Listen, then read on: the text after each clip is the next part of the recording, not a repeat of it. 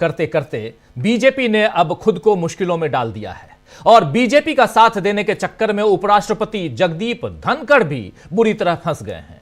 आप जानते हैं कि गौतम अडानी समेत कुछ लोगों पर अमेरिकी अदालत की तरफ से कार्रवाई का फरमान जारी हुआ है और विपक्ष इसी पर मोदी सरकार से जवाब मांग रहा है। जब से शीतकालीन सत्र यानी विंटर सेशन शुरू हुआ है तब से विपक्ष इस मुद्दे पर मोदी को जवाब देने के लिए कह रहा है कि आखिर इतने गंभीर आरोपों पर सरकार का क्या रुख है। वो कौन से भारतीय अधिकारी हैं जिन्होंने रिश्वत ली है? सरकार में बैठे लोग क्या इनकी मदद कर रहे हैं? अगर नहीं कर रहे हैं तो क्या गौतम अडानी को दिए जा रहे सारे कॉन्ट्रैक्ट की जांच हो रही है? ऐसे कई सवाल हैं। अगर नहीं हो रही है जांच तो जांच क्यों नहीं हो रही है? ऐसे कई सारे सवाल हैं जिन पर विपक्ष जवाब चाहता है, क्योंकि इसमें देश की पूंजी और जनता का धन भी दांव पर लगा हुआ है।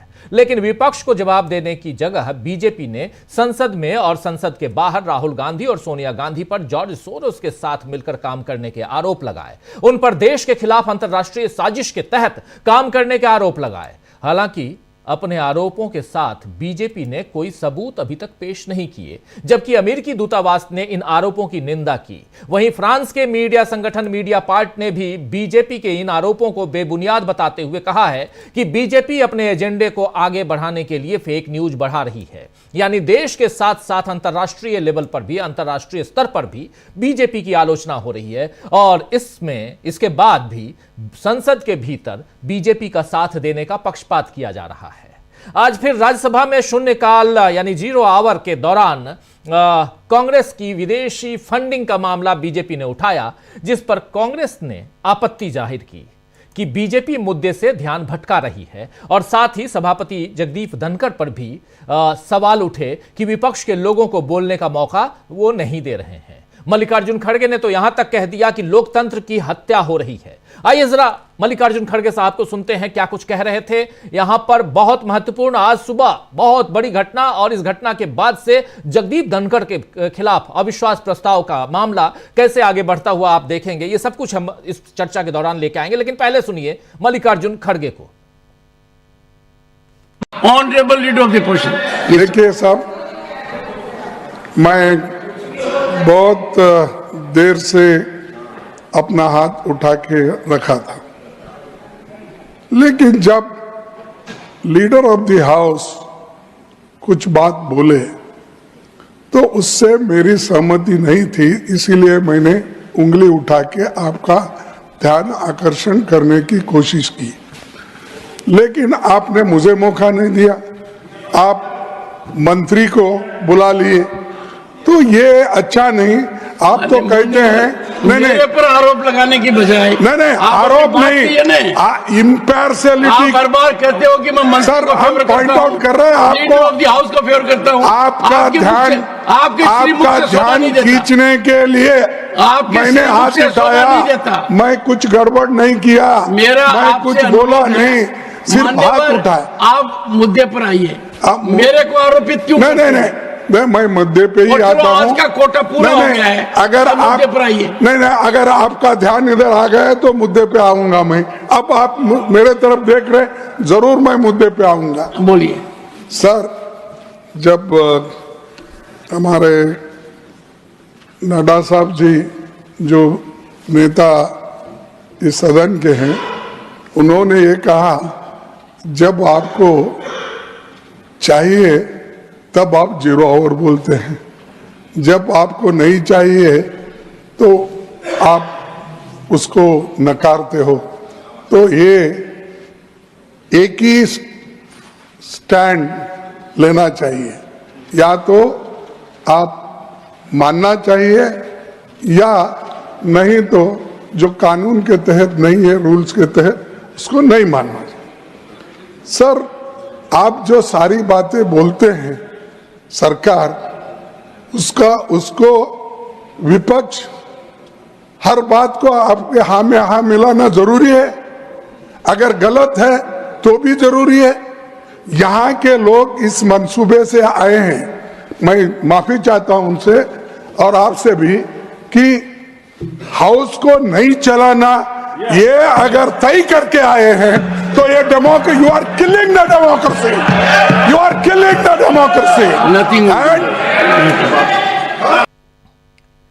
जी हां, आपने सुन लिया। यहां एक तेज तकरार दोनों के बीच, नेता प्रतिपक्ष यानी मल्लिकार्जुन खड़गे और यहां आसंदी पर सभापति महोदय, देश के उपराष्ट्रपति Jagdeep Dhankhar, you are killing the democracy, ये कह रहे हैं मल्लिकार्जुन खड़गे साफ साफ, यानी आप लोकतंत्र की हत्या कर रहे हैं। अगर आप चाहते हैं कि आपके हां में हां मिलाया जाए तो विपक्ष ये काम नहीं कर सकता। वहीं कांग्रेस सांसद दिग्विजय सिंह ने भी कहा है कि इतना पक्षपाती सभापति उन्होंने कभी नहीं देखा। आइए जरा दिग्विजय सिंह को सुनते हैं क्या कुछ कह रहे हैं और यहां से कैसे बात जगदीप धनखड़ के खिलाफ अविश्वास प्रस्ताव पर जाती है। जरा वहां भी हम बढ़ेंगे आगे, लेकिन उससे पहले सुनिए जरा दिग्विजय सिंह क्या कह रहे हैं। मैं सन 77 से विपक्ष में भी सत्ता में भी विधायक और सांसद रहता आया हूं। मैंने इस राजनीतिक जीवन में इतना पक्षपाती अध्यक्ष नहीं देखा, जो खुले रूप सभापति नहीं देखा, जो पूरे तरीके से अपने ही नियमों को, अपने ही बात को, स्टैंड को, पक्ष को वो इस प्रकार से इजाजत दे रहे हैं कि जो 267 में उन्होंने रिजेक्ट कर दिया, हम अगर बोल देते तो वे बोलने नहीं देते, लेकिन वहां वो एक एक करके बुलवा रहे हैं, एक एक से कहलवा रहे हैं। आखिर क्यों? किसको बचाने के लिए? किसको बचाने के लिए और किसके सहमति से यह सब हो रहा है? मेरा यह आरोप है कि माननीय सभापति महोदय ने आज घोर पक्षपाती ढंग से संचालन किया है और हम उसकी निंदा करते हैं, नंबर 1। नंबर 2, और साथ में जिस प्रकार से ये सरकार मोदी जी और मोदी जी की पूरी सरकार किस प्रकार से गौतम अडानी जी को बचाने के लिए ये पूरा प्रयास किया जा रहा है, ये सब सर्वविदित है। आखिर क्या दिक्कत है? जब गौतम अडानी जी के वकीलों ने कुछ पैरवी कर दी, वही पैरवी मंत्री जी कर देते, आके वही पैरवी प्रधानमंत्री जी कर देते तो मामला खत्म हो जाता है। तो साफ साफ यहां दो मसले जिस पर चर्चा कर रहे थे, मीडिया से चर्चा करते हुए अपनी बात रख रहे थे दिग्विजय सिंह। और पहली बात कि कैसे यहां पक्षपात किया जा रहा है, कैसे पक्षपाती हो गए हैं जगदीप धनखड़ जो सभापति हैं राज्यसभा के, उसके अलावा उपराष्ट्रपति हैं। और दूसरी तरफ यह पक्षपात क्यों किया जा रहा है? इसलिए किया जा रहा है क्योंकि गौतम अडानी को बचाना है। तो विपक्षी सांसदों की नाराजगी के बीच अब एक बड़ा फैसला जगदीप धनखड़ के खिलाफ लिया गया है कि उनके खिलाफ अविश्वास प्रस्ताव लाया जाए। इस पर 70 सांसदों ने हस्ताक्षर भी कर दिए हैं। आप जानते हैं कि अगर अविश्वास प्रस्ताव लाना है तो 50 सांसदों के सिग्नेचर चाहिए, लेकिन यहां 50 नहीं बल्कि 70 सांसदों ने ऑलरेडी हस्ताक्षर कर दिए। हस्ताक्षर करने वालों में टीएमसी और समाजवादी पार्टी के सांसद भी हैं। यहां यह मेंशन करना इसलिए जरूरी है क्योंकि लगातार इंडिया गठबंधन में फूट की खबरें चलाई जा रही हैं। उनका झूठ भी अब पकड़ में आ रहा है कि कैसे ये झूठी खबरें फैलाई जा रही हैं।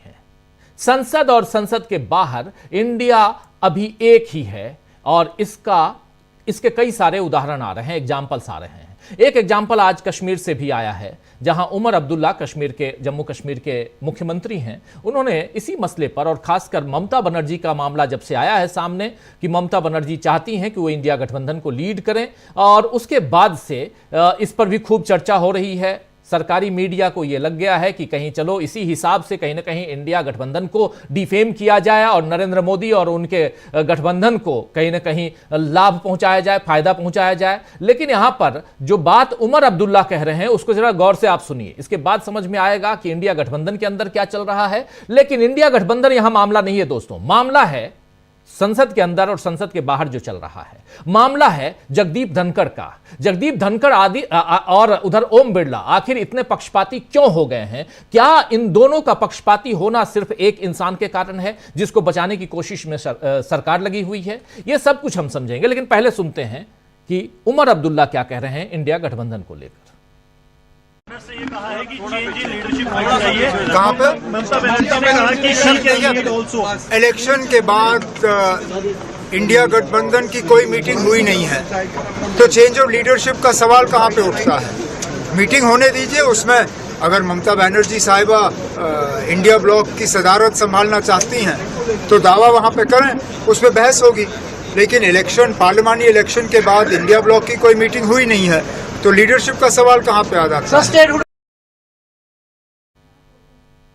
तो आपने सुन लिया, यहां साफ साफ कह रहे हैं उमर अब्दुल्ला की इलेक्शन के बाद, यानी लोकसभा इलेक्शन के बाद इंडिया गठबंधन की एक भी मीटिंग नहीं हुई है, तो लीडरशिप को चेंज करने का कोई सवाल ही पैदा नहीं होता है। यह साफ साफ है कि जो जैसे चल रहा है वैसे चल रहा है, यहां कोई गड़बड़ी नहीं है। लेकिन बात जरा फिर से आ जाते हैं, ये एक बात यहां रखना जरूरी था क्योंकि उमर अब्दुल्ला का यह बयान आया था जो आप तक हम पहुंचाना चाह रहे थे। महत्वपूर्ण बात दूसरी है, वो इन सब बातों से बहुत ज्यादा महत्वपूर्ण इसलिए है, बहुत ज्यादा इंपॉर्टेंट इसलिए है क्योंकि देश के लोकतंत्र की हत्या का आरोप अगर लग रहा है जगदीप धनखड़ पर, तो क्यों लग रहा है? लोकतंत्र की हत्या का आरोप अगर दोनों सदनों के सभापतियों या कहें अध्यक्षों के ऊपर लग रहा है तो क्यों लग रहा है? आसंदी पर बैठे हुए लोग अगर इस ढंग से पक्षपाती हो जाएं जैसा विपक्ष कह रहा है, तो फिर इस देश का लोकतंत्र कैसे चलेगा? जरा सोचिएगा। आपको बता दूं कि अगस्त में मानसून सत्र के दौरान समाजवादी पार्टी की सांसद जया अमिताभ बच्चन, यही कहा गया था वहां पे, जया अमिताभ बच्चन और जगदीप धनखड़ के बीच जब तीखी बहस हुई थी और बात बॉडी लैंग्वेज और टोन तक जा पहुंची थी, आपने वो बाइट सुनी होगी, तब भी विपक्षी दलों ने धनखड़ को पद से हटाने के लिए प्रस्ताव लाने की तैयारी की थी। तब 87 सदस्यों ने, यानी 87 सांसदों ने प्रस्ताव पर हस्ताक्षर किया था कि इनके खिलाफ अविश्वास प्रस्ताव लाया जाए, जगदीप धनखड़ के खिलाफ। हालांकि फिर धनखड़ ने क्या किया कि राज्यसभा अनिश्चित काल के लिए स्थगित कर दी थी और अविश्वास प्रस्ताव फिर विपक्ष नहीं ला सका क्योंकि अनिश्चित काल के लिए राज्यसभा स्थगित हो गई। अब सवाल यह है कि इस बार धनखड़ क्या करेंगे, क्योंकि राज्यसभा अनिश्चित काल के लिए स्थगित होगी तो फिर 13 और 14 तारीख को संविधान पर चर्चा फिर किस तरह होगी, यह एक बड़ा सवाल है। संसद का सत्र अभी 11 दिन और चलना है। आपको पता है कि 22 दिसंबर तक संसद के सत्र को चलना है, यानी 11 दिन का समय अभी पूरा बचा हुआ है, सैटरडे संडे छोड़कर। ऐसे में मोदी भी कब तक संसद के बाहर यहां वहां कार्यक्रमों में खुद को बिजी दिखाएंगे? कभी ना कभी तो उन्हें सदन के अंदर आना पड़ेगा और विपक्ष के सवालों का सामना करना पड़ेगा। और बाहर इधर उधर बिजी दिखाने में आज नरेंद्र मोदी और अदानी साहब एक ही मंच पे थे राजस्थान में। वो तस्वीर आपके स्क्रीन पे है, आप देख लीजिए। अदानी साहब काले लिबास में दिखाई दे रहे हैं। इधर राजस्थान के मुख्यमंत्री हैं, राजस्थान के मुख्यमंत्री के बगल की कुर्सी पे आप देखिए, और इधर प्रधानमंत्री नरेंद्र मोदी हैं। पहली रो में अदानी साहब हैं खुलकर। चलिए, इसमें कोई बुराई नहीं है, लेकिन जो तस्वीरें बहुत कुछ बयां करती हैं, यहां कुछ कहने की जरूरत नहीं है। विपक्ष भी अब केवल सदन के भीतर नहीं बल्कि बाहर भी सवालों को उठा रहा है। आज इंडिया गठबंधन या इंडिया ब्लॉक ने जंतर मंतर पर भी इसका विरोध प्रदर्शन किया है। बल्कि अब राहुल गांधी तो आज खुद पत्रकार बन गए फिर से, और पत्रकार बनकर मोदी और अदानी से सवाल करने लगे। जरा उस तस्वीर को भी ले आइए जब राहुल गांधी पत्रकारिता कर रहे हैं सदन के बाहर और वहां मोदी और अदानी के मास्क के साथ 2 कांग्रेसी नेता और उनसे सवालों का जवाब पूछ रहे हैं। ये देखिए, ये तस्वीर भी देख लीजिए, जरा फुल स्क्रीन ले आइए। यहां पर राहुल गांधी, इसके बाद की तस्वीर अगर दिखा सके जिसमें राहुल गांधी जो हैं वो कुछ सवाल पूछ रहे हैं, अगर वो दिखा सकते हैं तो उसको भी दिखाइएगा। लेकिन बहुत महत्वपूर्ण है कि राहुल गांधी यहां अदानी और मोदी इन दोनों के एक सिंबॉलिक फेज को लेकर आते हैं और यहां पर इन लोगों से कुछ सवाल करते हुए भी नजर आते हैं। चलिए, वो भी हम आपको दिखाएंगे। लेकिन महत्वपूर्ण है कि राहुल गांधी आज खुद पत्रकार बनकर मोदी और अदानी से सवाल करने लगे। विपक्ष की इस तैयारी और घेराबंदी के बाद अब बीजेपी को सोचना है कि वो खुद को कैसे बचाए, संसद में अपनी साख को बचाए या अदानी को बचाए। तो आइए दोस्तों, आज इसी पर चर्चा करेंगे कि आखिर अदानी के लिए अपने पैरों पर कुल्हाड़ी क्यों मार रहे हैं नरेंद्र मोदी, और नरेंद्र मोदी के जितने भी साथी हैं, संगी हैं, वो आखिर क्या अपने अपने जो उनके दायित्व हैं, संवैधानिक दायित्व, उस पर अमल क्यों नहीं कर रहे हैं। आप देख लीजिए।